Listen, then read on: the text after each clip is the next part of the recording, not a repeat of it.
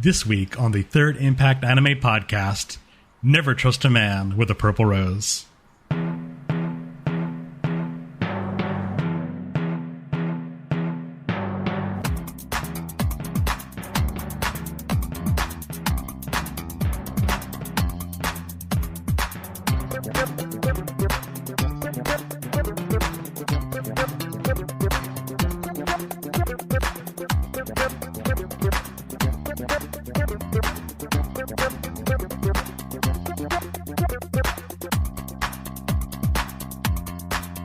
Hello and welcome once again to the Third Impact Anime Podcast. Today we're going to be discussing the 1984 anime adaptation to the classic manga series Glass Mask.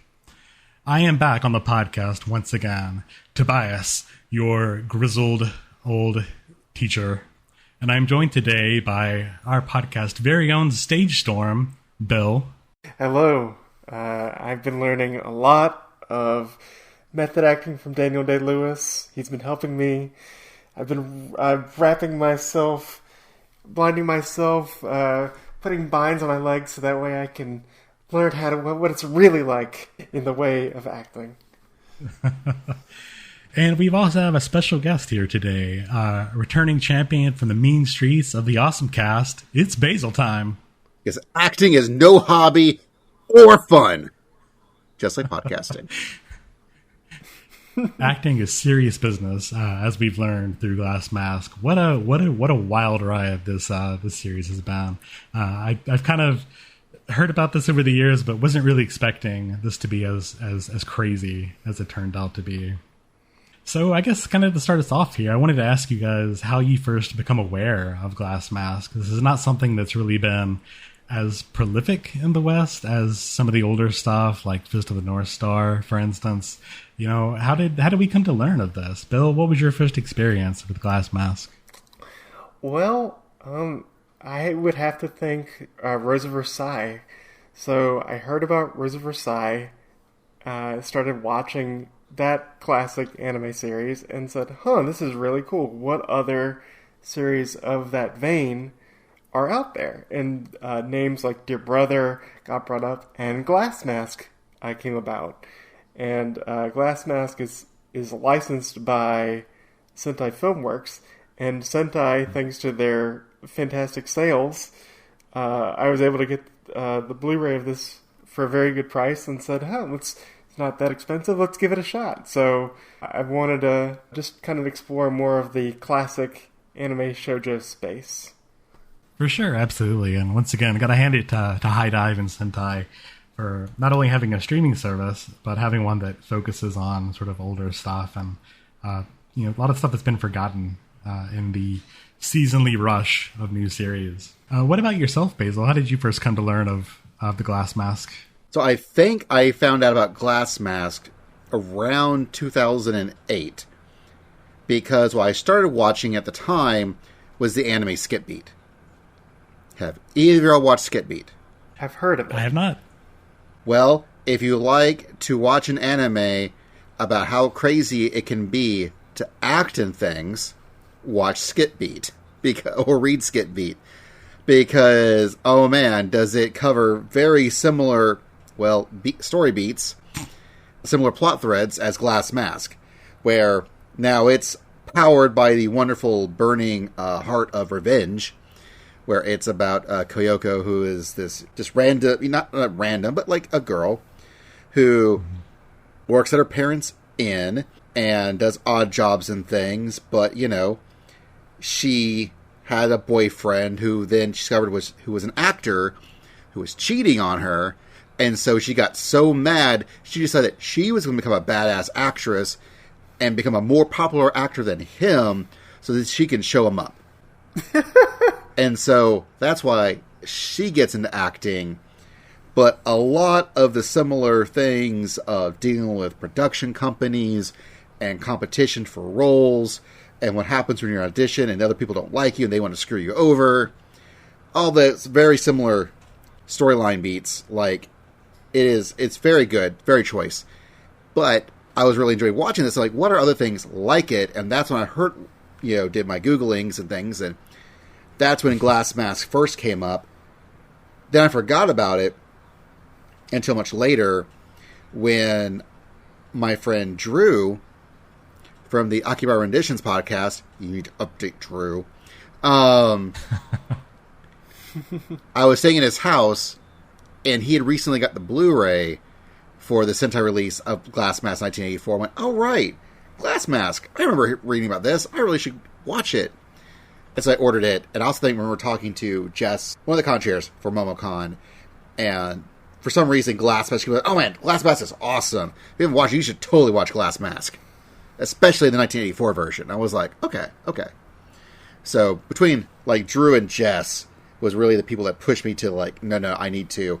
And of course, I own the Blu-ray. What I do? Oh, I hear Bill and Austin, who should be on this podcast. Yeah, get his ass. Call him out. That's right. Yeah. You, like, okay, look, I'm gonna say it right here. I know it's uncouth to say people look like other people, but Austin, you look like a very handsome younger Jeremy Parrish. There, I said it. Wow. That's the reason he wears glasses now. That is a sincere compliment. You better take it as such. He looks like Jeremy Parrish, and I sound like Jeremy Parrish, or so I've been told. So, by our powers combined, we can be retronauts. Anywho, I heard that y'all were watching Glass Mask. I went, man, this is the perfect excuse for me to start actually watching Glass Mask.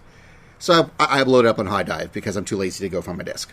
Yeah, so your situation is very similar to mine. I kind of, the impetus for me to actually sitting down with this was Bill and Austin talking about watching it for the podcast. But for me, I first heard about this in 2016. There was a goofy parody series.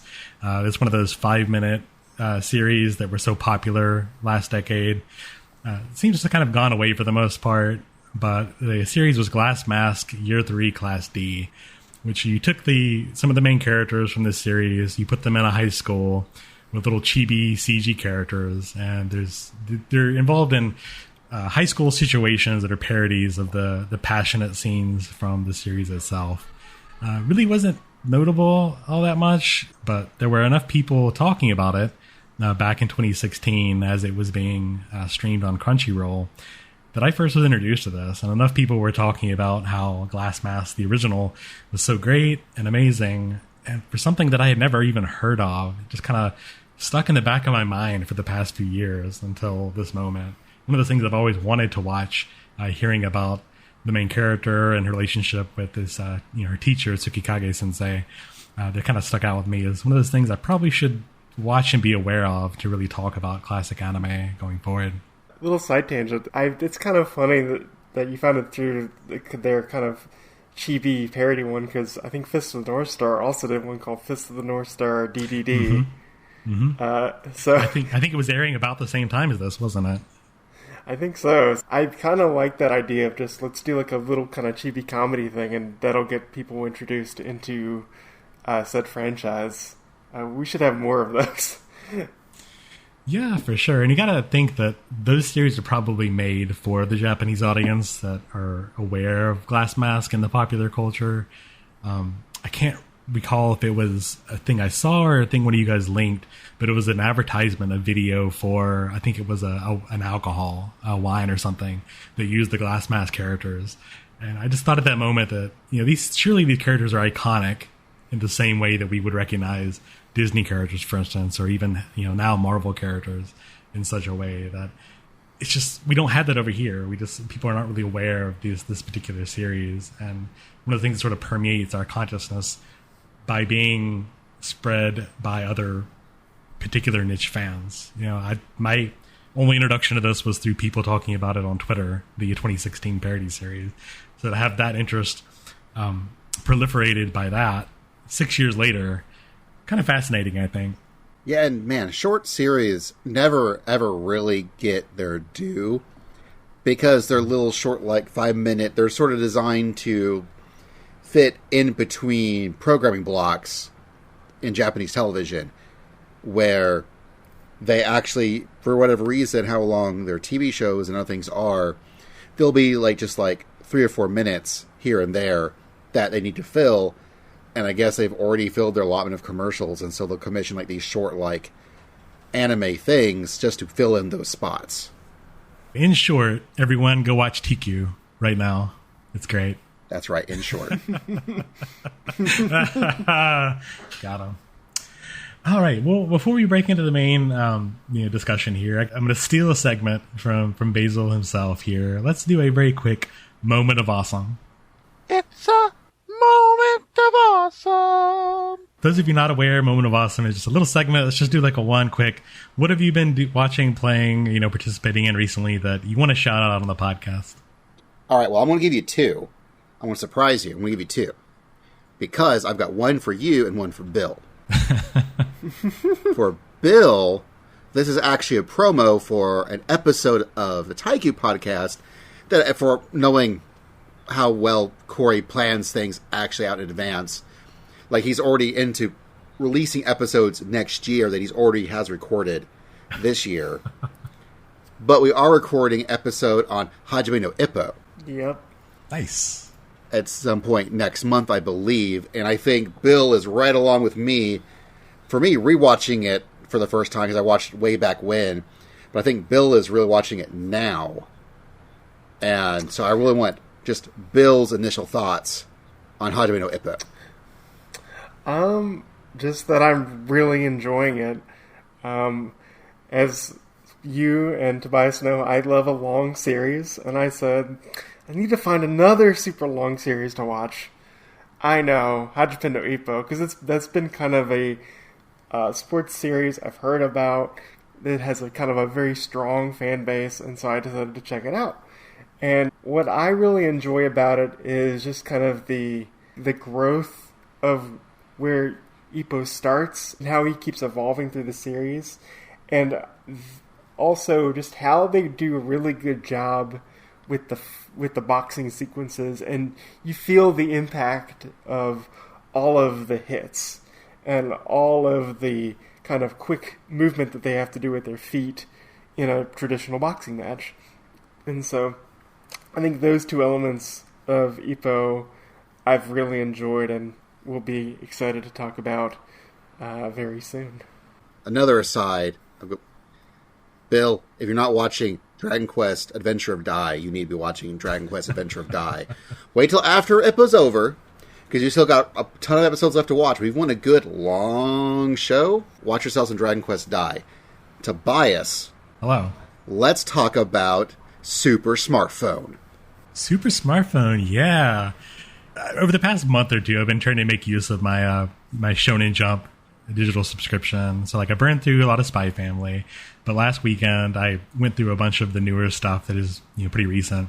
And yeah, Super Smartphone is one of those things I think that came out maybe a month or two ago, right? Yeah, it started in May. 5 or 6 chapters. There's 8 chapters currently as of this recording. The 8th chapter just dropped a moment ago. Okay, yeah, I was, I think last Sunday or the Sunday before, I just sat down with a bunch of chapters of stuff I've been meaning to catch up on, and Super Smartphone was one. It's kind of, I can't help but compare this to Death Note in a way. It's absolutely lower stakes Death Note. People, it's a smartphone where you look up things and not kill people. And I say lower stakes because there are stakes. Bill, have you read any of this at all? No, this is the first time I'm hearing about it. Okay, yeah. So the general premise, this guy, he wakes up and finds he has a new smartphone. It's like a half-size iPhone, basically. And he can Google anything that is man-made information. He can't, ask, where is this person at this moment? But he can ask, give me this data for this area at this time frame. And he gets the results instantly. And he finds that there's some sort of game involved with that. There's points that are involved by Googling when he has certain impacts, societal impacts. By using this phone, it gives him points that he's not really aware of what does. The phone is very secretive about what that is, what gets involved there. So he already kind of is the main character. His backstory is his brother was disappeared at a young age, and that's always been something he's worried about. And as he gets the phone, is trying to both solve local crimes and try to work his way up to maybe solving the mystery of his missing brother, he finds that other people, at least one other person, probably more, also has super smartphones. And they're using it for not so great, usage. There's a segment with a basically an organized raid on this condo that he has to come in and sort of fix using his own super smartphone powers. So it feels like Death Note in the sense that there's people trying to outsmart other people using this paranormal plot device, but they aren't straight up killing each other in the same way that Death Note is. It is a little bit goofier. Like the character designs are a bit more cartoonish. The main character has like a sort of childhood friend, girlfriend character. That's they have a more playful relationship. But there are definitely stakes, like Basil said, and I'm kind of interested to see if they stick with this long term or not. Yeah, I really hope that this manga, like, actually gets to have, like, a life. Because a lot of these newer Shonen Jump series don't always have the longest shelf life, because everything's powered by those surveys. And if you ain't getting placed well in those surveys, then your manga is not long for this world.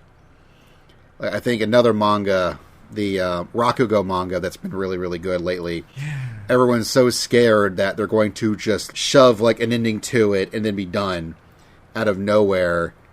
And I'm also worried about that. And this is yet another one where I could totally see this could be really blown up to something really interesting. Because it definitely does have those, like, Death Note vibes. And there's been other manga in Shonen Jump that has similar vibes to it. That, of course, I'm blanking on their names. But I know that they exist. It's definitely one of those templates that Shonen Jump has. And I haven't really found one of these lately in Shonen Jump. So I really feel it kind of fills a niche that you need for, like, a really well-rounded manga magazine. Where it's not all just One Piece. Although I love One Piece. But Super Smart Fun has been a lot of fun, and I'm really enjoying it, and I want to see where it goes. I do like that Shonen Jump in recent years have been taking kind of more chances and have been kind of doing more quirky series from what I've seen, like Sakamoto Days or something like Spy Family. I don't think we would see those type of series in Shonen Jump even 5 years ago. So I think it's cool that they are trying different things and not just being like, we gotta do Naruto or Bleach again. We gotta kind of repackage that. Let's go. Well, exactly. I would want to say in Shonen Jump's defense, I guess, but a lot of that stuff has always been in Shonen Jump. What is new is that we're actually getting a lot of it. Before they were really picky on how they are curating what they are bringing over here. But now, especially now that they have the digital version of the app, and along with Manga Plus, which is the other app that also does a lot of the similar Shueisha stuff and stuff from Shogakukan. Is that the other two gigantic conglomerates? I think those are the two that technically co-own Viz. They've got that other app, which is not, I don't like as much as the Viz manga, just because while it is free, you only get so many chapters at one point, and at some point they just go away. Whereas as long as you pay for the Shonen Jump app, you get to read everything. But a lot of those things have been around. I only know this is because for several years now, I haven't done this panel in recent years because doing panels in recent years is a new thing. But I used to do one called Manga You Need to Read Right Now. And one of the easiest things I could do to figure out what I want to talk about was dig through the Shonen Jump app and go, okay, what's new now that's been showing off? Like, there's been a bunch of neat little odds and ends that I have talked about over the years, including things like at the time no one knew about it, like Dr. Stone. Right. That was, again, it's a really interesting little manga. I say little manga. It's now a big manga. It's now a big anime that everyone really enjoys. That is essentially Eye Shield 21, but for science. But well, it is. That's what I always say, because it's the writer is the writer of Eye Shield 21, and he's doing the exact same thing for science he did with football, where he will go through, he'll explain either what the football play they're going to teach you is, or what the science is going to do. And then, when they actually do it, they completely ignore rules of physics entirely to make it look as amazing as possible. Yeah, so I'll go ahead, and I know we've recommended it several times on the podcast before, but the Shonen Jump app is one of the best deals in manga right now for $2 a month. And I would have you preface this by saying they're not paying me to say this. This is not our Blue Apron moment. For $2 a month, you can get new chapters and all the old chapters, well, most of the old chapters, for everything under the Shonen Jump. So it's really easy just to, on the weekend, casually on a Sunday, open up the app and see what new stuff is coming out. So like we already mentioned Super Smartphone, but a really new one is Ruri Dragon, something I sat down and read last weekend as well, about a high school girl that suddenly has dragon horns and suddenly starts breathing fire. And she's trying to figure out what's going on and sort of navigate high school life. Very casual, but kind of a fun read. I've also started reading The Emperor and I, about a girl who suddenly finds a penguin in her refrigerator one day. Kind of a goofy daily manga as well. And earlier you mentioned Basil, the Rakugo manga, Akane Banashi.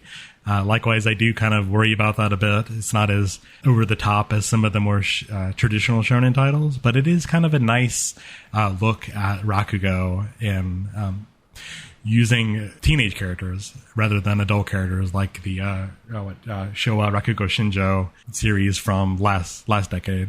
Who would have known that live-performing comedy would work so well in manga form?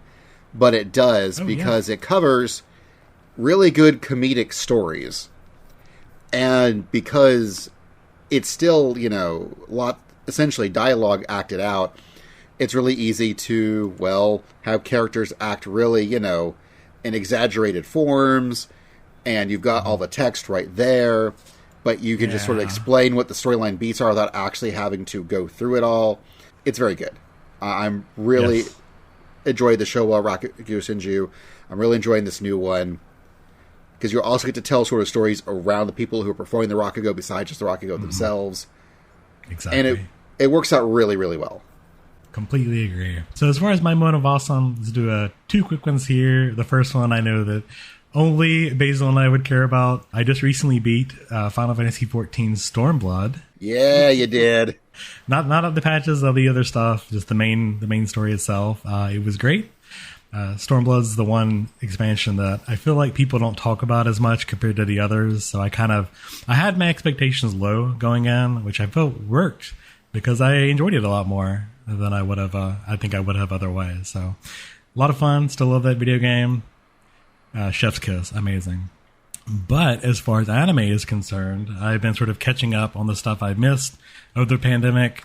Of course, we just had your boy Kong being ended, and we're going to talk more about that on some podcasts coming up. But I'm just going to say right now, if you haven't watched your boy Kong being on, it's High Dive, right? Yeah, High Dive. Yeah, it's High Dive. If you haven't watched your boy Kong being, you're missing out. It is one of, if not the best anime of the season, if not the year. I think this is a thing that's going to stick with me for a long time.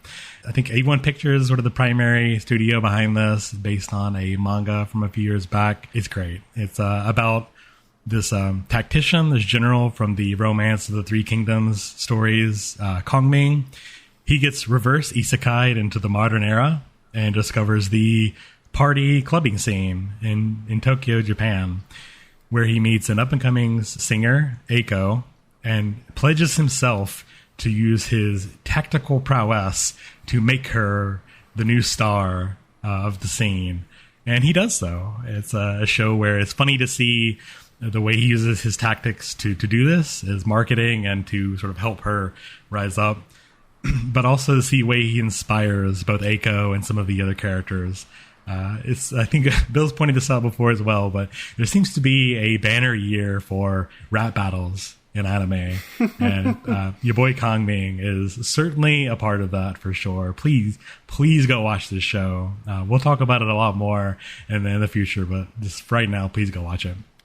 I do want to give a shout out to the other series that's doing Big Rag Battle this season, although I'm a little late to the party there. I'm finally working way through season 2 of Kaguya-sama Love is War. That, of course, just ended its third season just this week, actually. So I'm trying to catch up to that. I really, really enjoyed season 1 back in 2019 when that came out. It was absolutely hilarious romantic comedy. For some reason, I slept on season 2 and then season 3. But now that I'm finally working my way through it, I'm regretting the wait because season 2 is hilarious. And it has probably some of the best animation for a seasonal anime. They do some really fun visuals in Kaguya-san Love is War. So check it out for that as well. Completely agree. So from Zero to Nichijou, just how out there do they get with their animation jokes? Well, I don't know if it's quite as buck wild as Nichijou, but the way they set up these situations and the way the creators are trying to outsmart each other, just so they just don't have to admit that they love each other, but can make the other person admit that instead. I feel like there's a lot of twists and turns that are more complicated than something in Nichijou.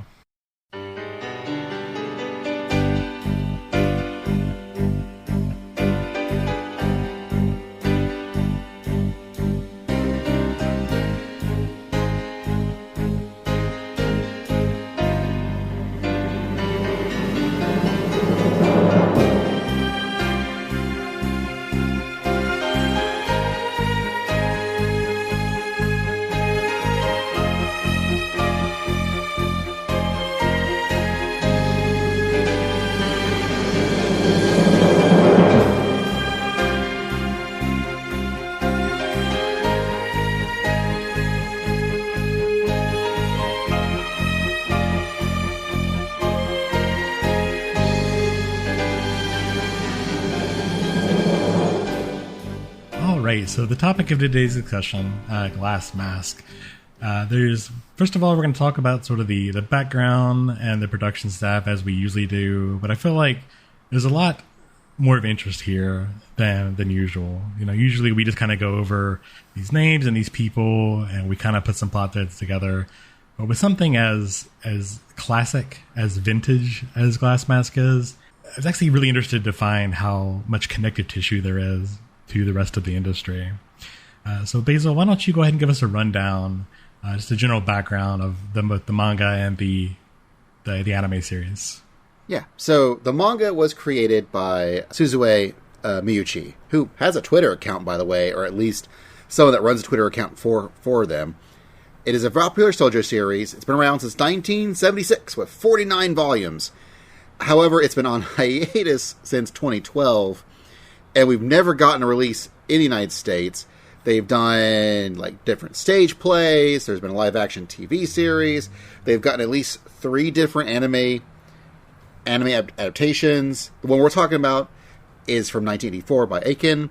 TMS also did a 3-part OAV, or OVA if you're youngsters, by TMS. And then TMS also did a remake in 2006. And while Sentai has released both 1984's version, both on High Dive and on disc, they did the first half on disc and on High Dive, but it didn't really sell that well, so they never released the rest of 2006 due to low sales. However, Crunchyroll does have the whole thing of the 2006 run. Oh. I discovered that literally yesterday, when I was just, I need to watch more Glass Mask. Let me type it in Crunchyroll, because I was busy watching Hajime no Ippo on Crunchyroll. Not thinking, oh wait, no, it's High Dive. But then the newer version popped up, and I'm like, oh, it's on here. Wait, this is 51 episodes. That's all of it. Oh man, they have all of it? I would have actually watched this if I'd known that there was a way to actually watch all of it without having to really go looking for it. But there you go. Yeah, I'm excited to hear that, because the amount of the 2006 series that Sentai released basically covers up to where the 1984 series stopped. Mm-hmm. So I'll be curious to catch the rest of the 2006 series now that I know it's on Crunchyroll. I'm kind of wondering that I think about it. Do you know if the newer series ever got a dub in its release over here? I don't think so. Yeah, I don't think so. Okay. Because, I mean, of course, the original only has a Japanese dub as well. So I was kind of wondering, since the newer one got a little more press over here, I wondered if they bothered at all. I know that as far as Crunchyroll goes, it is only subtitled. Okay, well, Bill, why don't you go ahead and give us a general plot synopsis so people at home know what we talk about. So, our main protagonist for Glass Mask is Maya Kitamura, who is a 13-year-old girl with a strong, very strong passion for acting. She is discovered by a former major actress herself, Chiyusuke Kasugi, where she offers Maya the chance to become an actress.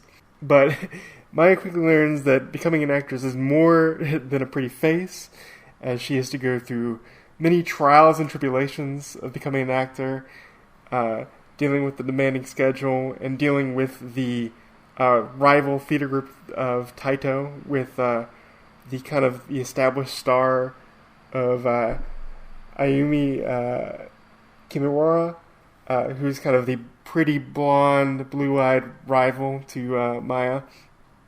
And she also has a secret patron called that she nicknames Mr. Purple Rose, because he gives a purple rose as like a signature, kind of similar to Tuxedo Maz with his kind of flying rose down upon Sailor Moon. And it's kind of saying if Maya will be able to survive and become a popular and well-known actress. Now that we kind of lay it out so plainly, I really have to wonder just how influential Glass Mask was to the rest of the shoujo series. I see a lot of, for instance, Sailor Moon in this here. I mean, I know Taikuchi, she read a lot of shoujo manga growing up, including stuff from like the 70s and 80s. So, while I don't think I've seen any things her mentioning Glass Mask specifically as one of her inspirations, the stuff that she has talked about is definitely within a contemporary time frame of Glass Mask. So I would absolutely believe that Glass Mask was probably something that she read and at least had some influence on her. I could see that for sure. This does seem to be something that if you want to go back and look at the shoujo, I don't want to say genre exactly, but sort of, for lack of a better word, is what the shoujo genre over time, you kind of have to see Glass Mask as part of that canon. Yeah, I think Glass Mask is kind of part of a classic trilogy, in my opinion, of Glass Mask, Dear Brother, and Rose of Versailles. Those are two other names we'll talk about when we get to the voice acting cast in a second. But before we do that, let's talk about the anime production staff for this. So the chief director of the series is Gisaburo Sugi, who listeners of the podcast may remember that name through the recent episode on Night on the Galactic Railroad. He was the chief director on that movie as well. Bill, did you see any sort of connection in the directing style between this series and Night on the Galactic Railroad? It was a bit hard to tell because the Night on the Galactic Railroad and Glass Mask are two completely different tones and styles. Right. But I could kind of see it in the character design a little bit. Okay. But he's been around for a very long time. I think he's still working today, which is astounding. Like, he's in his 80s at this point. Wow. And just his line of credits, as we're going to go through, is pretty impressive. Yeah, I noticed that he was also the director on the Street Fighter II, the movie, another sort of classic work, at least for Western fans. Also worked on the Touch anime adaptation and the original Dororo TV series. Not the 2019 one by Mappa, the original. And he also worked as an animation director on the anime drama films Belladonna of Sadness and Cleopatra. These are all titles which are shared by other production members or cast members, which I found to be pretty interesting here. So the character designer for this series is Makoto Kuniyasu, which I found interesting. If you go back and look at the Glass Mask manga, of course there's similarities in the character design, but they are not the same at all as Miyuichi's original designs. It definitely seems to be an adaptation for sure. So the character designer here, Kuniyasu, also worked as an animation director on the long-running series Sazai-san with Studio Aiken, who worked on this series as well. Kuniyasu also was the animation director on Cyborg 009, the 1968 version, and 8 Man After. The animation director for this series, Mitsuo Shindo, also worked on Dr. Slump, who Dragon Ball fans may recognize as Toriyama's earlier, more comedic work, and probably better, some people would argue. And just throwing down just bombs. Yeah, be careful, Tobias. Hey man, this is a passionate episode about passionate acting, so there's some hot takes on the stage here. Stage storm, I like hot take storm. Shindo also did animation on, more recently, Fairy Tail and the original Puss in Boots series. So again, we see a lot of classic work and also newer stuff as well.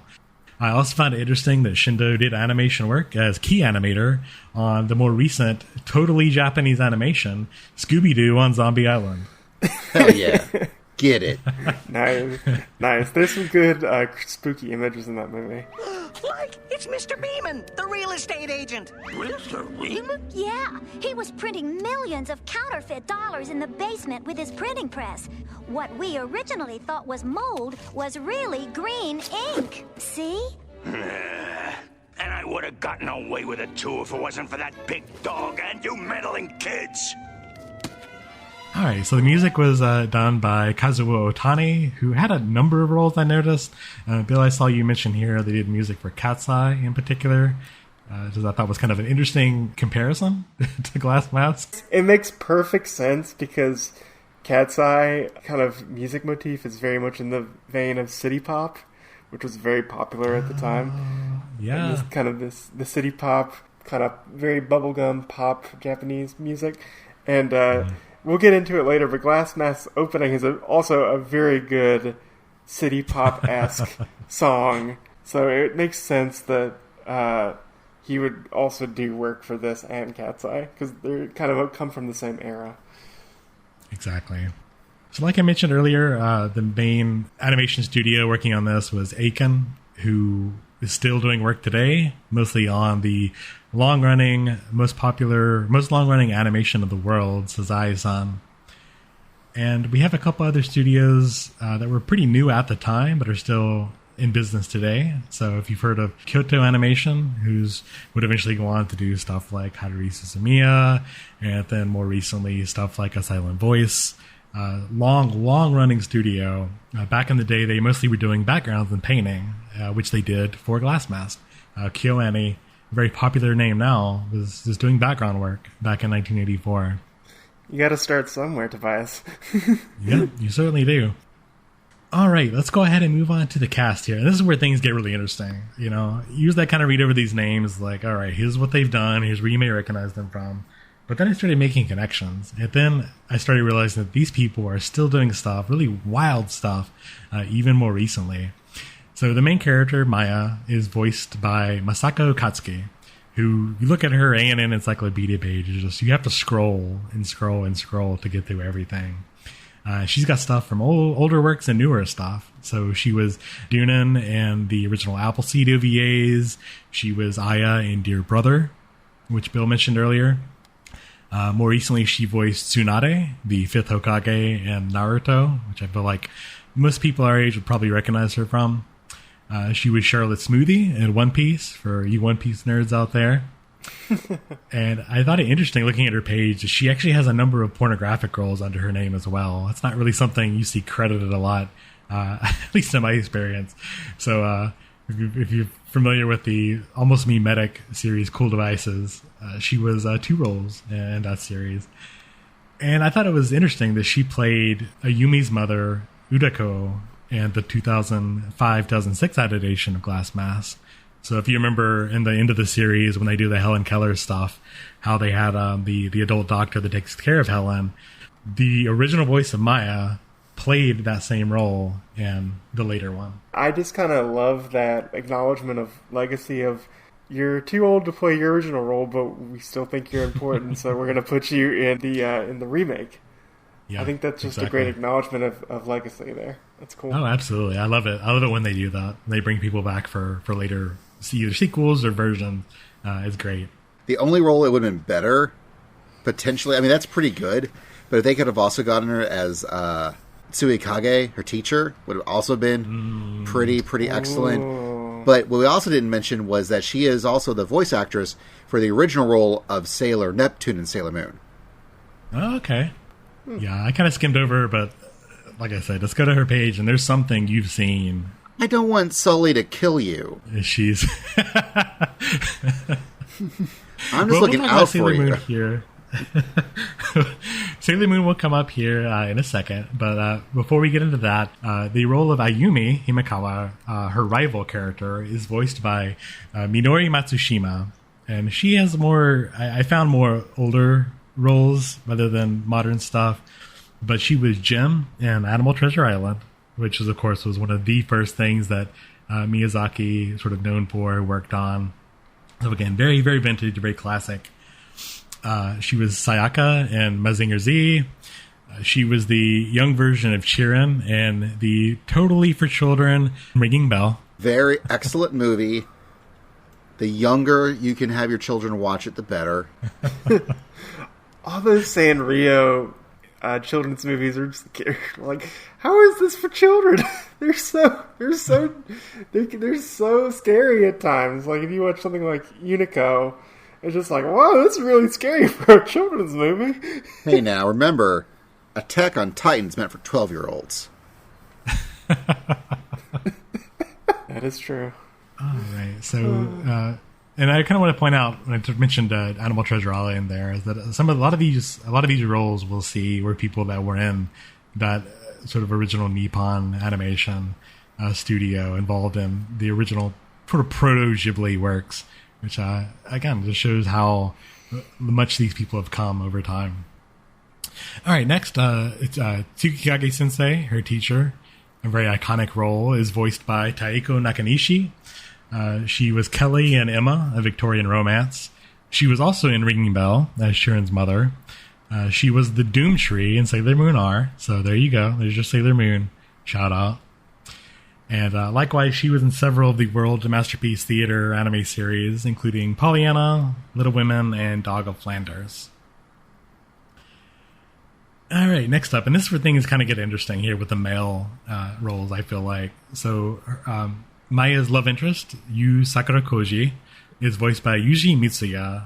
Again, just as prolific, if not more, than Masako Katsuki here. Again, you've absolutely seen something that this guy has voiced then. He was Madoka in Devil Hunter Yoko, Virgo in Saint Seiya. He voiced not one, but two of the great Kais in Dragon Ball Z and Dragon Ball Z Super. That is Shin and Kibito. He was also in Touch as the character Tatsuya. And not only has he been in a variety of things, but he's also has a history of being a recording director. For not only is he in dubs, he helps make dubs. If you've seen the original Yu-Gi-Oh! Rurouni Kenshin, and even a few of the Makoto Shinkai movies, such as A Place Promised in Our Early Days, he was responsible for that dub. So it's something we don't talk about a lot here, that we mostly think of actors, but not people who also are on the recording side of things. Generally, we only talk about the English redubbing, not the Japanese dub itself. Two fun facts before you move on for him. As several prolific voice actors, both male and female, he had a couple cameos in Pop Team Epic, the most important comedy series ever devised. For those of you not aware, those every episode they would use a new set of both male and female voice actors for the main characters. So if you've seen a lot of Japanese dubs for Dragon Ball Z, for instance, or other series, you've heard those characters in Pop Team Epic at some point. All right, and lastly, a notable fact about Kuji Mitsuya is he was briefly in a band called Slapstick in the late 70s, early 80s. Slapstick is really interesting because it's comprised of a number of other prolific voice actors. So on guitar, we had Toshio Furukawa, who has voiced roles in Mobile Suit Gundam, Fist of the North Star, and Pat Lieber. Also the voice of Piccolo in Dragon Ball. We have on drums Toru Furuya, who was the voice of Amuro Ray in Mobile Suit Gundam. I believe he's come to North Carolina a few times, to amazement. He's also Coach Amuro. Yeah, he's the coach in Birdie Wing. Really? Yeah. Oh, wow. Yeah, who's also named Amuro. Yeah. I didn't know that. Awesome. I mean, also in Birdie Wing, Eve's original instructor is voiced by the guy who does Char. Like, it is such secretly... Birdie Wing is the most Sunrise anime to Sunrise, now that they're no longer allowed to call themselves Sunrise. Yeah, a lot of references and subtle, not so subtle nods to Gundam and Birdie Wing. And last thing I wanted to call out as part of this band, we have Akira Kamiya on the bass guitar, most known for Kinshiro and Fist of the North Star, Ryo and City Hunter, and Mindo in Urusei Yatsura. Oh. So what you're telling me is that the tradition of grouping up a bunch of popular male seiyuu to make them do band stuff together and music together is, at least starts in 1977. Got it. Yeah, it's wild to see. I don't really know what came first. I saw Slapstick had kind of formed before Mitsuya joined and continued afterwards. So maybe it was just a rotating cast of voice actors. But I find it interesting to see some of these big names, these very prolific voice actors, show up at the same time at the same place. All right, and lastly, let's talk about Mr. Purple Rose himself, Masumi Hayami. This is interesting because he was actually voiced by two actors. The first one that voiced this role from episodes 1 to 18 was Nachi Nozawa, who had roles in Be Forever Yamato, was also in Cleopatra. He was the voice of Cobra and all the Space Adventure Cobra movies and series and OVAs at the time. He was Hyakimaru in the original Dororo, or rather just Dororo. One too many rows there. And he was Paikal in the Lupin the Third OVA, Return of Paikal. We don't want to talk about that special. You sure, Bill? We have you here for a reason. We don't need to talk about that one. That one's not that great. More recently, he also voiced the character Hojo in the Final Fantasy VII games Crisis Core and Dirge of Cerberus. Nice. And he tends to be the Japanese dialogue replacement for Bruce Willis's character John McClane in all the Die Hard movies. Huh. Mr. Purple Rose is John McClane. Not a connection I would have made right out the gate. Wonder if they say the classic Die Hard line in Japanese. I have a machine gun now. How do you say ho ho ho in Japanese, I wonder?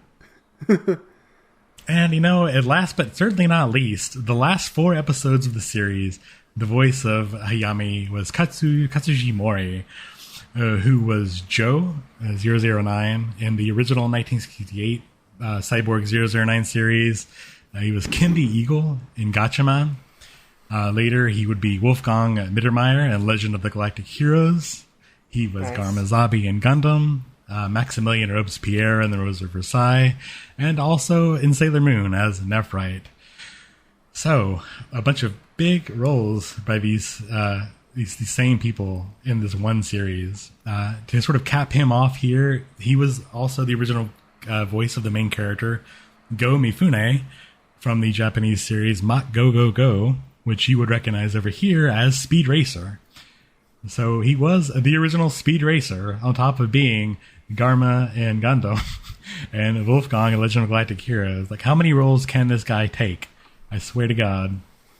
Because I couldn't find any information, but I'm wondering why they had to change actors so late in the series. Because that rarely happens. I'm curious. I couldn't find an answer for that either. Just kind of doing a cursory Google. If any of the listeners know why, have any background of that, by all means, feel free to reach out to us and let us know. My first guess would be a death, but Nozawa's worked on stuff more recently, so that couldn't have been a... Unfortunately, sadly, Nozawa did pass away in 2010. Mm-hmm. So, but that, doesn't preclude his work in the 1970s. Yeah, it was only 4 episodes. So likewise, if any of our listeners have any insight into this, by all means, let us know. We would love to to hear from you and possibly put it on a future episode of the podcast as a correction. But I did want to bring out the fun fact about Maury, the second voice actor for Mr. Purple Rose. Not only was he the original Speed Racer, he was in the 2008 live-action Speed Racer as the Japanese voice of the race commentator Ben Burns. Huh. Pretty interesting to bring him back for that role. And again, if you haven't seen 2008 Speed Racer, you really should. One of the best movies ever made. Yep. Really needs a 4K Blu-ray. Just saying. WB. One day. Knowing the Wachowskis, they probably reached out to his agency and said, bring him into the Japanese recording. We need him. And one last fact, I swear, the last thing I want to say about this guy is he has a new role. So not only is he, classically 009 and Kimigo and Gatchaman, he has a new role in Lucifer and Biscuit Hammer, which is airing in a few weeks? Yeah, it's pretty soon. And it's going to be good. Well, if it's remotely anything like the manga is, it's going to be good. It's going to be good.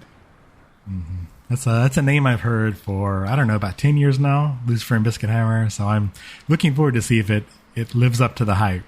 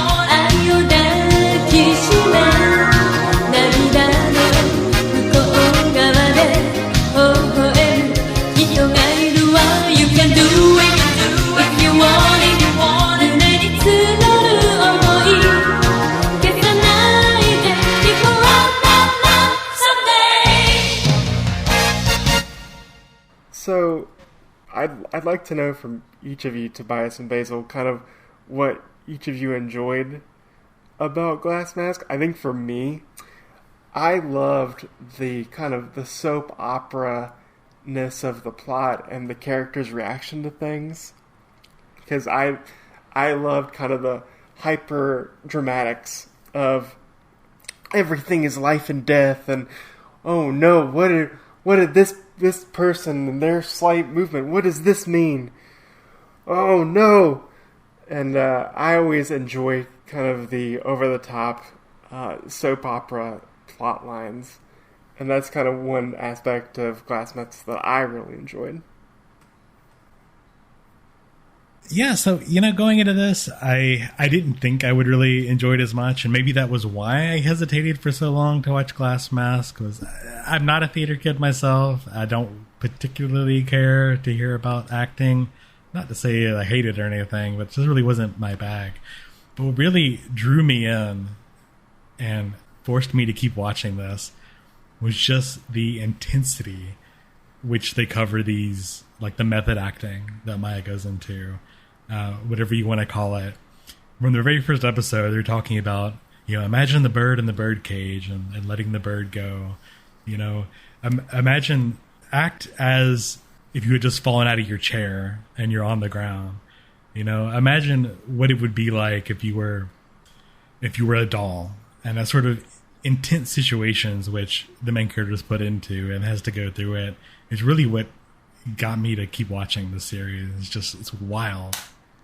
It's not just the acting and all the background drama that happens. It's how intense these characters take this responsibility to wear the glass mask.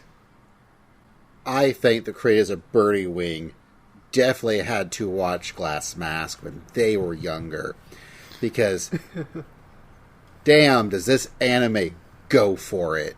It goes for it from episode, second number 1, where we open up, I believe it's in Yokohama, where, Maya is working for this ramen delivery, and, the daughter of the owner is like, haha, I've got these tickets to La Traviata, which is a boss opera, by the way. But you've got to take all these 100 deliveries, but get them before the New Year's strikes. It strikes midnight to issue the New Year, because in Japan, what we think of for New Year's is much more of the family gets together and celebrates it like we would do for, say, Thanksgiving or Christmas. Mm-hmm. And so it's a very, very big celebration, get together your families, ring in the new year sort of thing there. And so getting all these ramen delivered is actually very important. And she's having to do all these things, and she has a time limit because she is a poor kid who can't afford tickets to La Traviata. But the anime narrator lets you know that, hey, this is Maya. She sucks.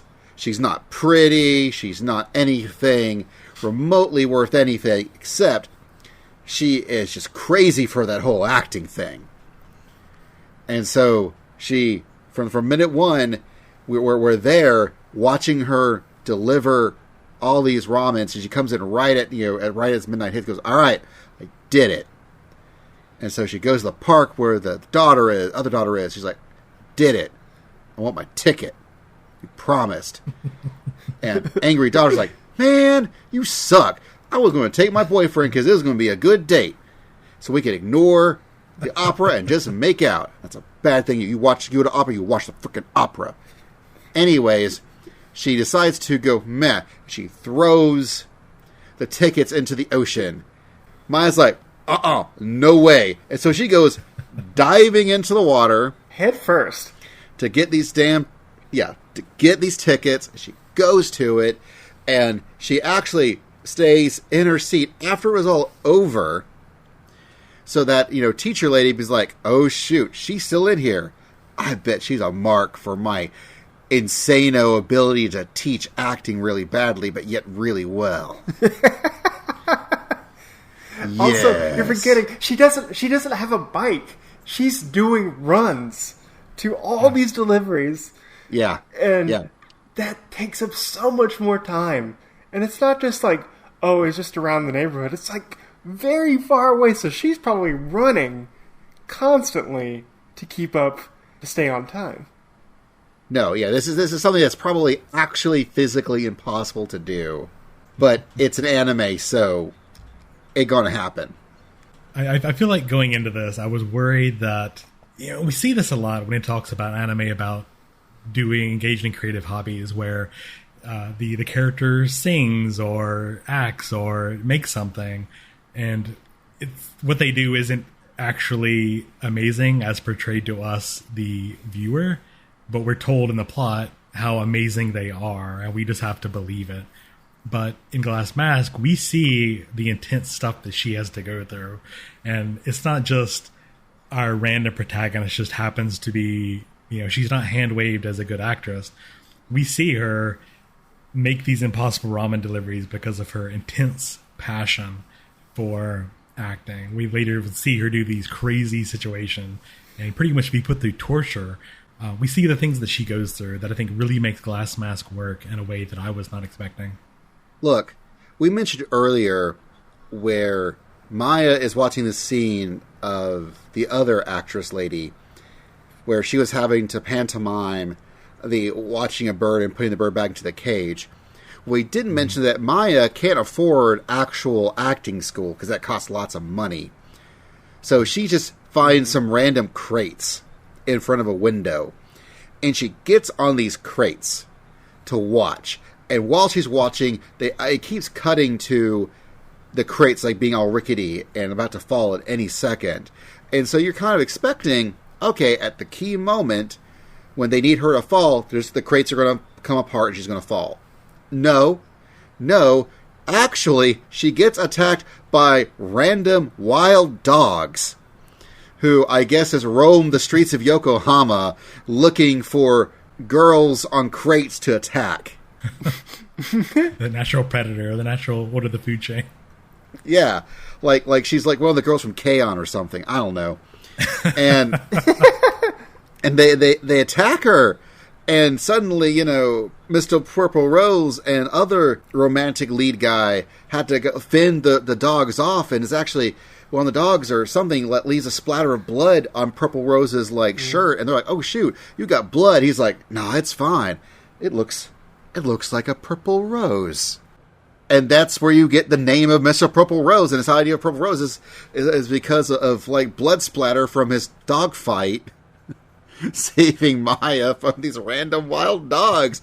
There did not need to be wild dogs, but you know what, Glass? That's what would really, really just juice us up? Not just falling. Let's throw in some wild dogs. And everything we've talked about so far is episode 1, by the way. Yeah, just episode 1. That really sets the tone of what you're going to get in the series, is they kind of show just if you can handle the intensity, then come on aboard the Glass Mask. You enjoy the ride.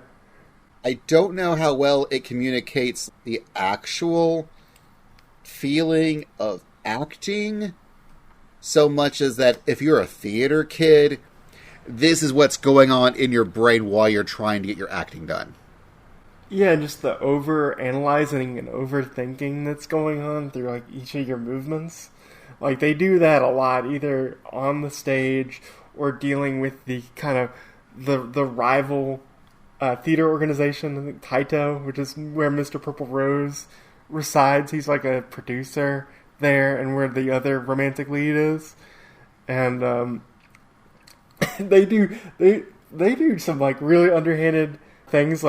They're on a trip to a theater production, and they hire 2 men who are the drivers to sidetrack them and to flatten their tires so they can't make it to the show on time. So that way, the Taito organization's theater trip can win.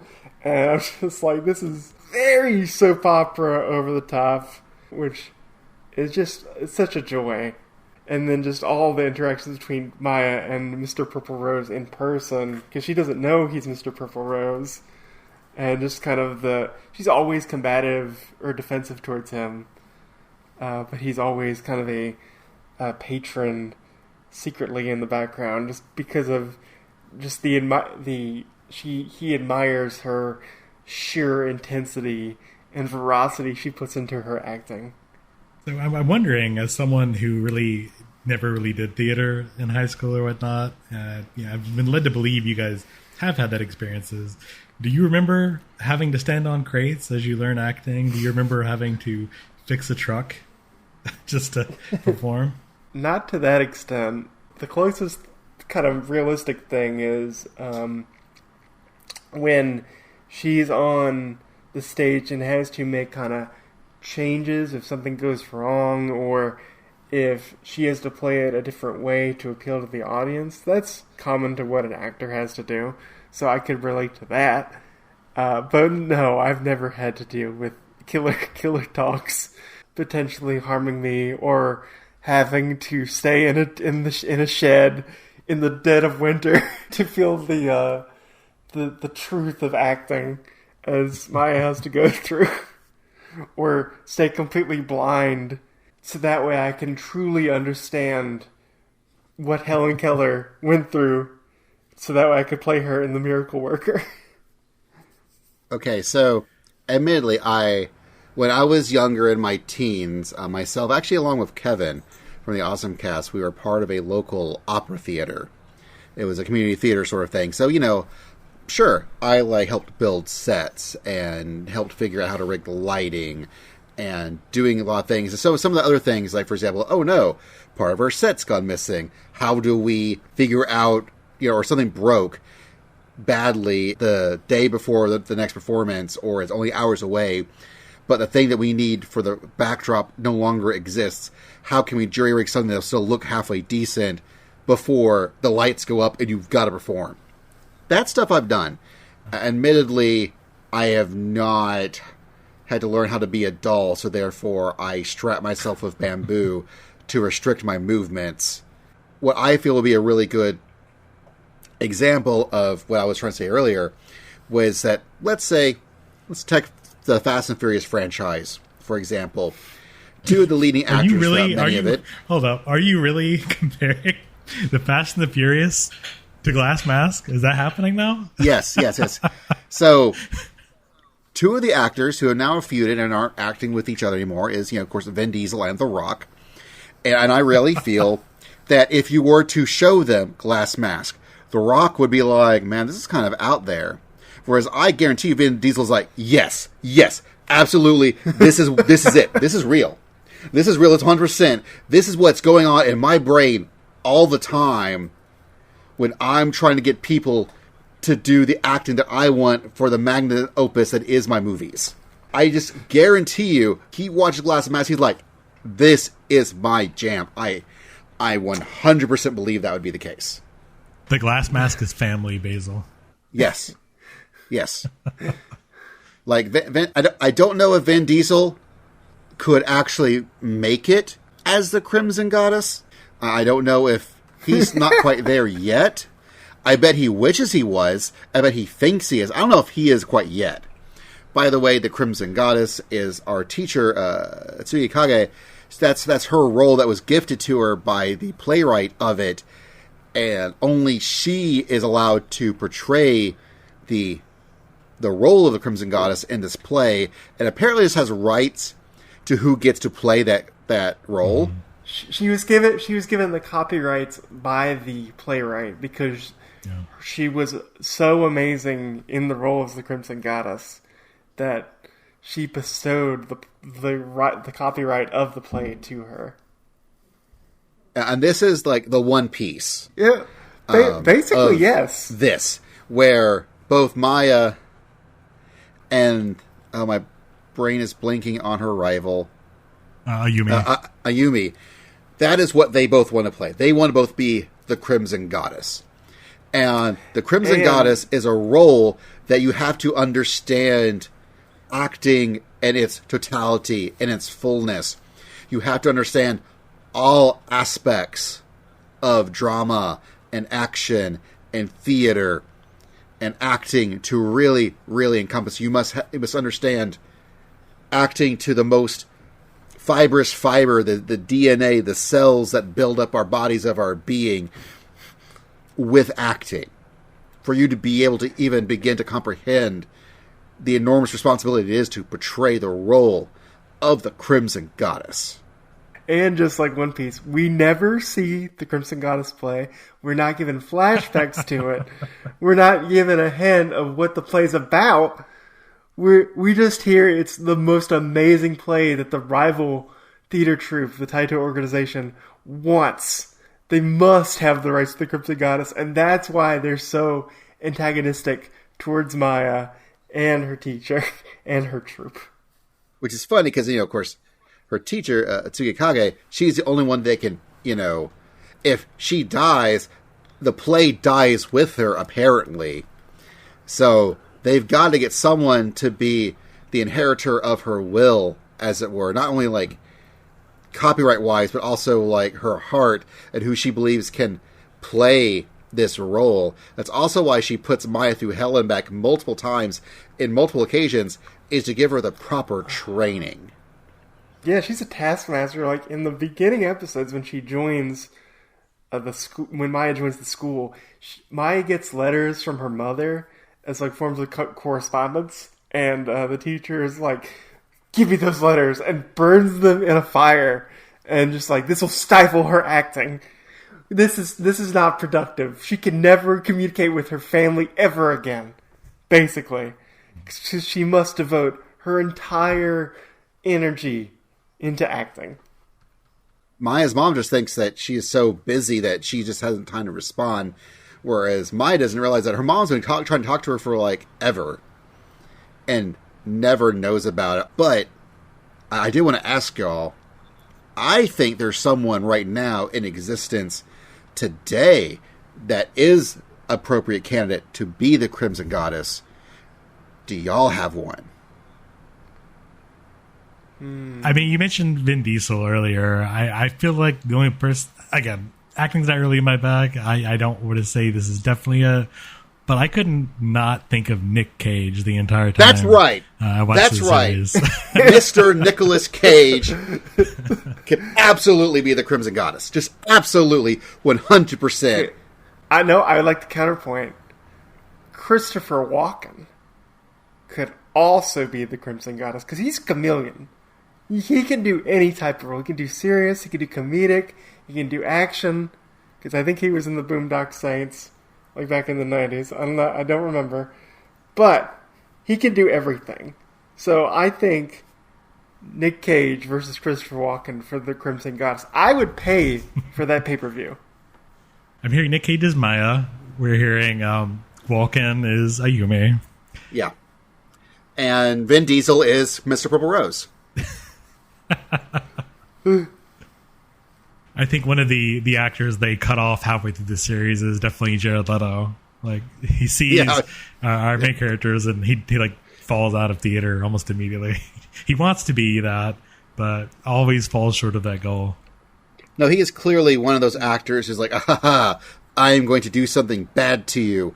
I'm going to swap out your script at the last second. And so you're not going to learn the correct lines. You're going to read an earlier version of the lines that are wrong. And therefore, you're going to embarrass yourself on stage.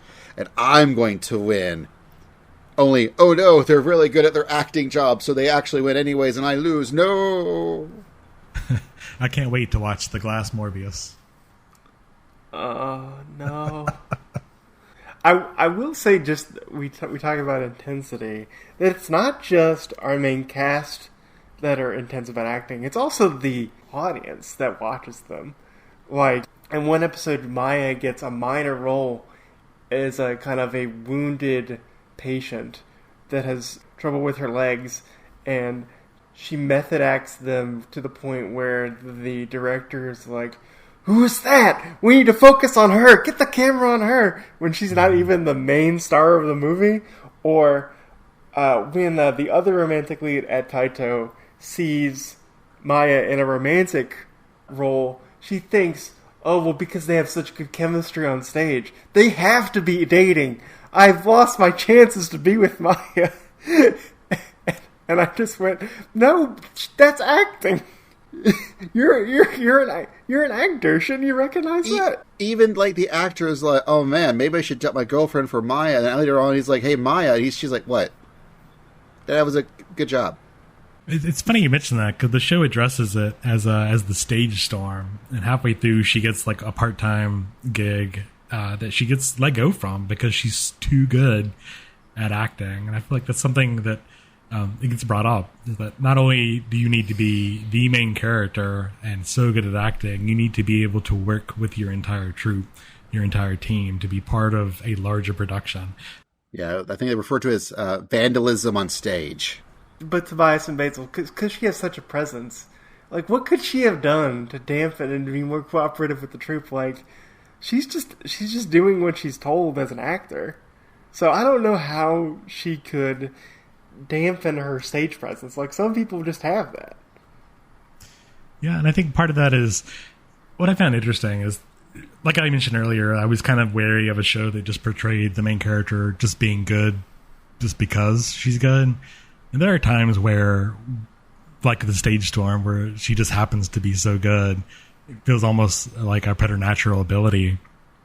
But we see that she's just not on the same level as these other actors. And I feel like, were we to get a second part to Glass Mask, were we to see further, that we would see her take on roles with other stage storms, with other prolific actors, and just, people that are more on her, the same level as her, and see how she works with and even against those people. Sometimes when you're in a collective group like that, you're just not jiving with them in the same way. And sometimes that means you're better than them. Sometimes it means you're just different, not better or worse. And that's kind of what we see here. Maya is skyrocketing on to popularity as she's just that skillful because of her apprenticeship under Tsukikage. But yeah, I kind of would hope to see where the series to ever end, what the outcome for that would be. I think from kind of my brief research, like they're in the manga, they're still competing for who will be the Crimson Goddess. Like that's basically the One Piece of Glass Mask, is who will get this role and how will their portrayal of the Crimson Goddess be. I just want to put it out there. Crimson Goddess, One Piece Red. The movie might solve it. You know what? Coming soon to a theater near you this fall. Maybe this will, with the Glass Mask connection. It's there. It's been there the whole time. We'll go into the theater and find out who is the true Crimson Goddess. That's the reason it's been on hiatus for 10 years. Like, she's working with Oda to have a crossover. I will say that is the one thing that I think I came away from Glass Mask feeling a little empty, knowing that there is no second half. Like I found the push to see who will win. Is it going to be Maya and her tenacity, her willingness to work through it, or Yumi, who has this natural ability? Like, who is going to win? The series doesn't really give us an answer, even though Maya is obviously our main character. But not only does the anime not cover it, not only does the later anime not cover it, but the manga's not even finished yet. Again, I don't want to push anybody to have to finish a manga. It's a lot of work, of course. But I gotta say, I'm a little unsatisfied coming away from it, not knowing what the resolution is. Isn't it the journey and not the destination, though, Tobias? Yeah, it kind of is, and I could see that. And I'm glad I went through the journey, but there's so much hype built around the eventual winning of the Scarlet, the Crimson Goddess. It just, I don't know. Like, I kind of want. Well, let me ask you this, Bill. So the journey is definitely the main point of One Piece, but does the crew in One Piece, do they have a rival on the same level as a Yumi, also vying for the One Piece at the same time? They don't really have a rival. It's kind of to where they get to a certain level of power and influence, and then they have to get past someone that's stronger, tougher. It's very much in the shonen style of you have an opponent that's much more difficult to face. There are characters that have started from the beginning that keep reoccurring, like Captain Buggy and Blackbeard, who's become a major villain in the One Piece lore, but I wouldn't say there's a one-to-one rival. Right. It's like seeing the individual plays that Maya is involved in and to see how she overcomes those is great plotting. I could see a lot more of those over time. But I guess for me, like the major conflict between her and Ayumi, one of the characters is going to become the Crimson Goddess. One of those is going to inherit Tsukikage's legacy. And we don't even have close to resolution. We're I would imagine halfway through, because we got to a point where both of them are now directly under her tutelage by the end.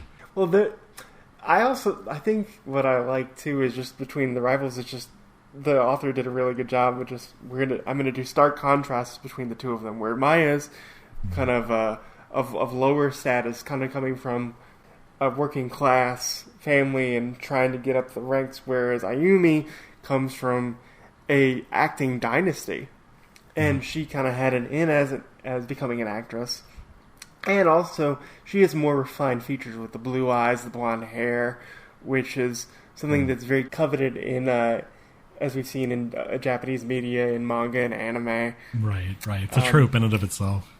Yes, which also gives her another advantage, and she's also more of a refined actor than Maya is because of just her experience and her different approach to acting.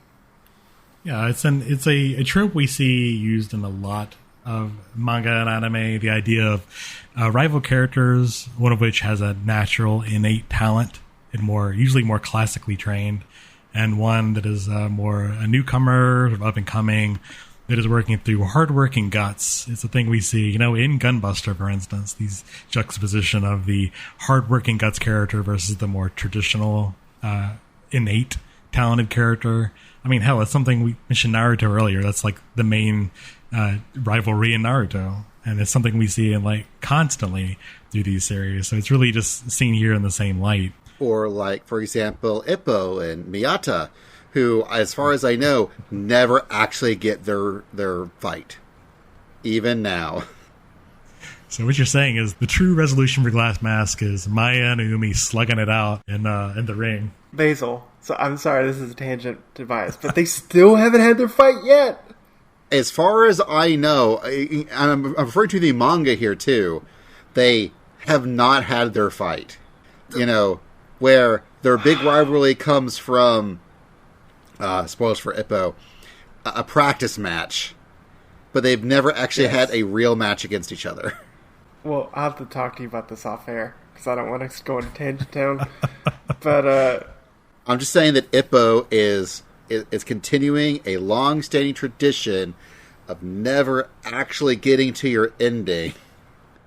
Just like X1999, where we'll never get that ending, even though we really want it. It all starts with Glass Mask and the rivalry between, Ayumi and Maya. That's right. It's just Walken and Cage all over again. You heard it here first, folks. Glass Mask has a direct link to Hajime no Ippo, a boxing anime. There's no difference between boxing and acting as far as we're concerned. No, that's pro wrestling. Well, let's go ahead and take another tangent, speaking of tangents, over to the opening animation and theme song. What did you guys think about the way this opens? It's a good one. It slaps. It rips. It jams. It whips the llama's ass. I don't know what we're supposed to say. The song's real good. Everything that Basil just said, times by 2. I thought it was really interesting. I ended up not watching the OP every time, but what I found kind of fascinating is how she's dancing with this almost dead look on her face. Yes, she's just kind of jamming. Like, it almost made me think of like an 80s like dance video or something. Like I almost expected her to be wearing leg warmers. Yeah, like it was almost like rhythm gymnastics or something. Exactly. So for those of you who haven't seen it, it's the OP just has it's sort of like I guess you said city pop inspired, Bill. I would agree with that. Almost like a cities pop inspired song with the main character Maya dancing around in a leotard, and she just bopping around, and occasionally the camera will pan to her face, and she just is looking forward with this grin on her face, and she just dancing like this dead stare. Yeah, like her eyes look dead. Like it looks like she's like a doll dancing. To whoever's watching, like she's not really thinking about it too hard anymore. She's just so mad with the wanting of just be able to act. She'll do what anyone ever tells her to do, and she'll just do it, which is true. And it's definitely doll-like. It feels like it's almost like a comment. I don't know if it's meant to be a commentary on the character of Maya herself, but it sure feels like that way to me. Yeah, completely agree. That's something I picked up pretty early on, and I don't think we've actually talked about what a glass mask is. Bill, do you want to give us a breakdown of what is meant by the glass mask? Glass mask is basically kind of a metaphor for acting where you're putting on a different face as an actor, or a different interpretation. So you're no longer Maya. You are now Helen Keller. You are now a doll. You are now this. Insert this. And that's basically what the glass mask is. It's basically a metaphor of what you're doing as an actor. Which I think is something that we could all actually... At least I don't know, Bill, if you ever play like tabletop games like D&D or what have you. But I know Tobias does. And for me, this really does remind me of when I would joke around and I would say, let me put on my character hat before we start playing a game. Like where it's, it's your filter that you're using to just sort of process what your character is doing at that time. A similar idea. Yeah, that's a perfect analogy because I'm in a weekly D&D game, and I'm the DM in one of them, and as the DM, I have to play many different roles or put on the glass masks and kind of get in the mindset and the thoughts of those characters I have to play, and so that's kind of what you're doing in tabletop games, and what you're also doing as an actor is you're trying to get into the mindset and the thought process of this character. And it's not only like wearing that hat or wearing that invisible, transparent mask, but it's the complete adherence to that. There's a point, very early on, of course, when she's training Maya, locking her in the shed to get her in the role. But even later, I think right before the Helen Keller arc, where she kind of breaks down and starts crying on stage, and Tsukikage kind of like disowns her briefly because she broke character for a brief second to express some emotion. It's just, you can't even like take that off. You were there to wear that mask, to be that role for everything, for the people who are watching it, for art itself, and there's like an adherence to that mask and not letting it break while you're on stage is very much what this series is about. Or even off stage, where she's having to practice and basically become the character, even while not on the stage. Like the closest I can think of is there's a really good documentary about Jim Carrey playing Andy Kaufman in the movie Man on the Moon, where he basically stayed in character as Andy Kaufman, even off camera. Like he basically acted like Andy Kaufman, and that's basically the same thing Maya's having to do, where she is this character even off stage. You are this character 24/7. The kind of the definition of method acting that has become more well known thanks to actors like Daniel Day-Lewis. Exactly. Or like when Nicolas Cage prepared for the important role of Ghost Rider, he went to this beach, this war-torn beach, I believe, or known to be infested with evil spirits or something, but he took like rocks from this beach and he had them in his Ghost Rider, like his coat pockets. So that way he could really channel the essence of evil spirits and spirits of vengeance within him. Where he also then mentioned he had gotten so wrapped up being Ghost Rider, he went to a club afterwards and then realized he had to leave because he was going to start punching people. He didn't want to do that. Are you telling me that Nick Cage actually died and went to hell and came back and got a ghost motorcycle? Yes. 100%. That was an actual autobiographical. As all his movies are really just different. Like that one time he got really angry and he drove some. Drive angry? Yeah, that actually happened. I drove angry once. I think those are both ancient episodes of the OSMCast where we covered both Spirit of Vengeance and Drive Angry. I think I might have had Daryl Surratt on those episodes too. That sounds right. Oh, wow. So, I mean, those are from the early 2000s or late 2000s, whatever those movies came out. But they're there. Anyways, you were saying?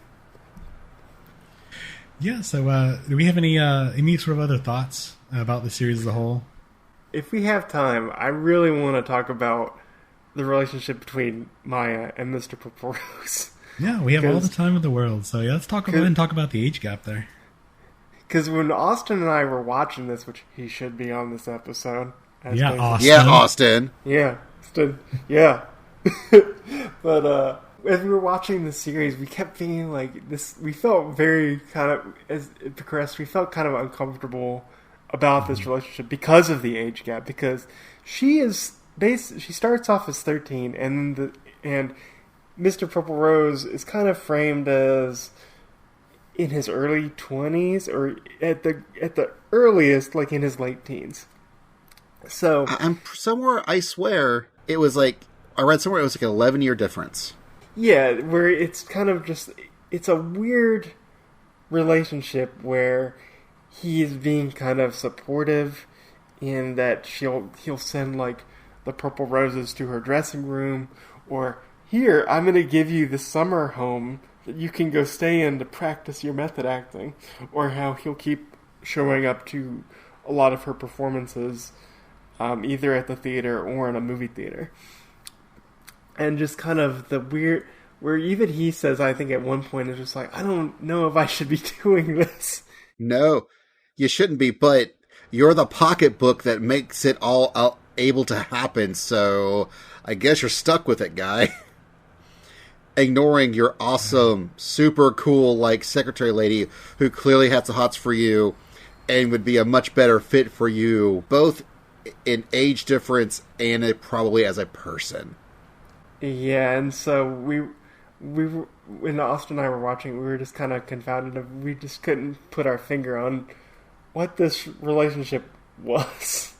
Yeah, no, it's definitely something that I feel like hasn't aged well. This feels certainly outdated in certain ways, and again, not to justify this at all, time-wise or not, but this is not something I feel like that would fly in current times, and it's kind of belies the relationship between your audience and your art.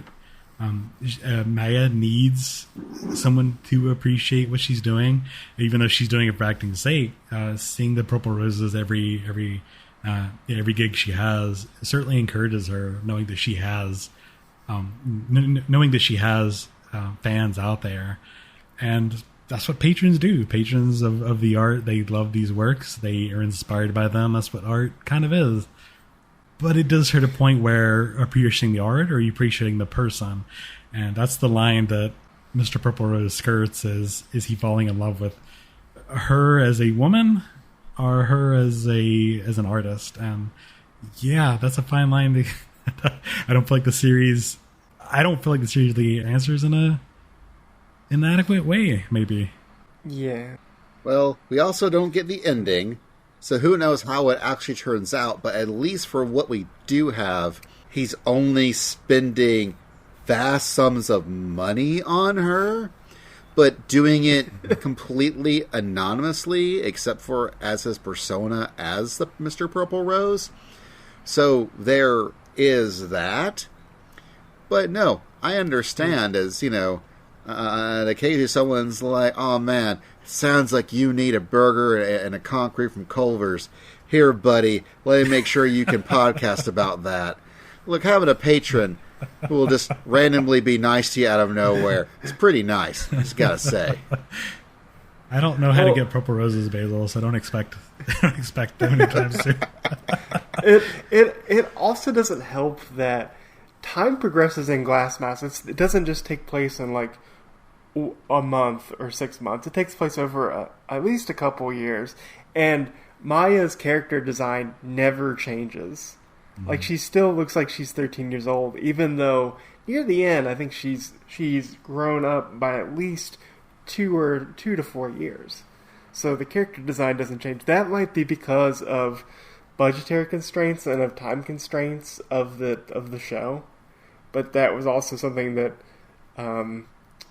Austin and I picked up on. Just like, she doesn't look she's aged a day. None of them do, and it's not.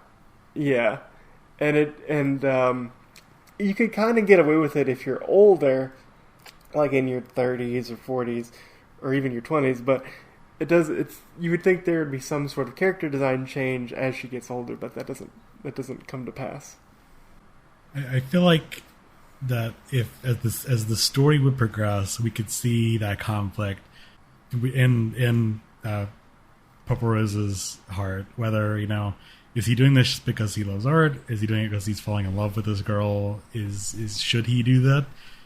Maybe that would play out as the series progresses and we see the ending, whatever that would be to Last Mask. And I could see that being an interesting subject for sure. But it's definitely something, it feels like it's skirting a line, a very uncomfortable line that could cross at any moment. I think, I don't know, maybe that's good drama. Maybe that's part of it here. I feel like maybe that hasn't aged as well. And unfortunately, because we don't have an ending, because we don't see it resolved in the anime or even the manga, it's kind of hard to see how that turns out. I can't help but think of Bunny Drop, Usagi Drop from last decade, where you have this guy adopts this girl, and it's wholesome up until literally the very end, where the relationship drastically changes, and that kind of feels like it's to me here. Like, it could go okay, or it could turn out really badly, and We don't know because this is not done. And we'll never know.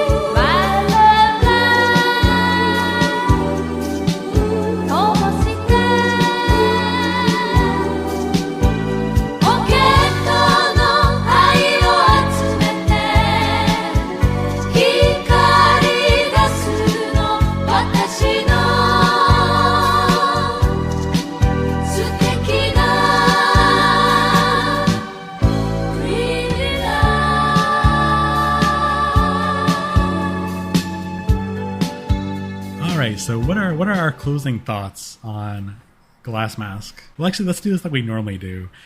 What is the what's one scene that stands out to you the most in Glass Mask?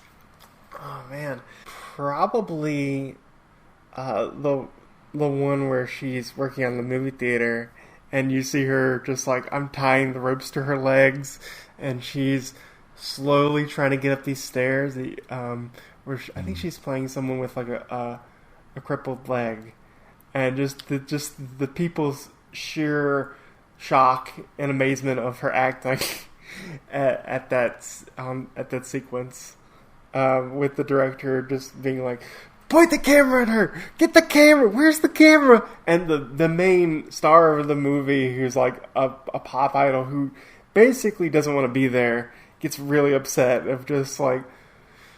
This is where she kind of gets upset about not getting the attention, but also just like, I'm not being a good actress. I need to get better. Great scene, absolutely. Basil, what's your one perfect scene from Glass Mask? Oh shoot, there's so many.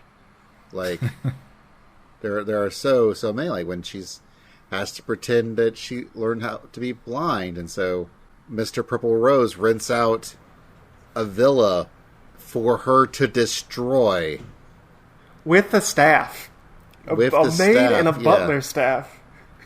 Yeah, who has to like clean up, and they're calling like, "Sir, is this all right?" She is being very destructive. He's like, "Nah, it's cool. It's cool. This is for acting. This is fine. Let's put it on my card." Now, I want to give a shout out to the real MVP of this series, Rei Aoki, her yeah. awesome best friend, who inexplicably in the anime has green hair because hell yes. Good book. It's a good book. Who is like, she's sort of the boyish, in the Takarazuka, she'd be playing the prince. Yeah. Like, she'd be playing the main male character lead in a Takarazuka, and she just does not get, the accolades that she deserves of being like an absolute bro for Maya and being like the mother hen of the group and just keeping everything together when everything else is falling apart. They disappear like at the end of this. I'm sorry. Go ahead. Yeah, no. She does get less and less screen time as time goes on, as they start, especially as Maya starts, expanding outside of the teaching school. As she starts taking like TV show roles and movie roles and being part of other productions by other studios. But man, when she's there, she is important, and she is the bedrock that Maya can actually, grow from. She is super important, and not enough people talk about how awesome Rei is. Yeah, completely agree. I think the one scene that did it for me that I will always remember from Glass Mask is just the part where she's locked in a shack very early in the series, and Tsukikage is reading out the lines through the door, and she's unable to leave until she nails the part. And it just shows you perfectly how intense this is, how important this is for these characters, and what they have to go through to get to that point. You can't just say you're good and become the Crimson Goddess. You have to earn it, and that's a difficult journey. And it really seals the series for me as a whole.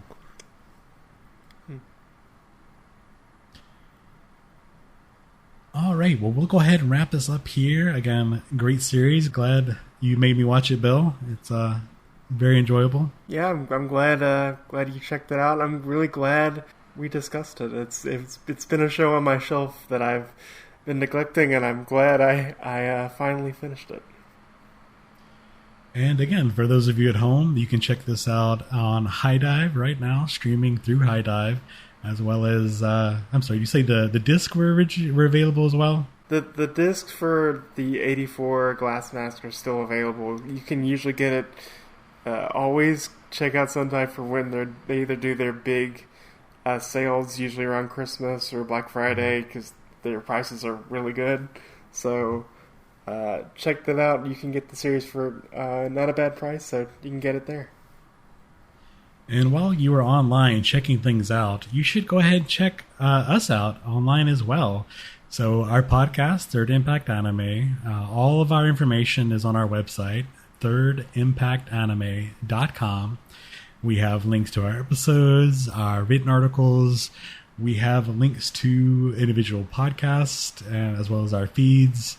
We have a link to our Discord, which you should jump into. We chat pretty often about a variety of subjects related both to Japanese pop culture and just general stuff as well. The podcast themselves you can view through Apple Podcast, Google Podcast, or any podcasting feed app, honestly. I use Pocket Cast myself, but it should be pretty easy to find no matter what you use. Like I said, Basil, you've got your own podcast as well, the OSMCast, our senpai.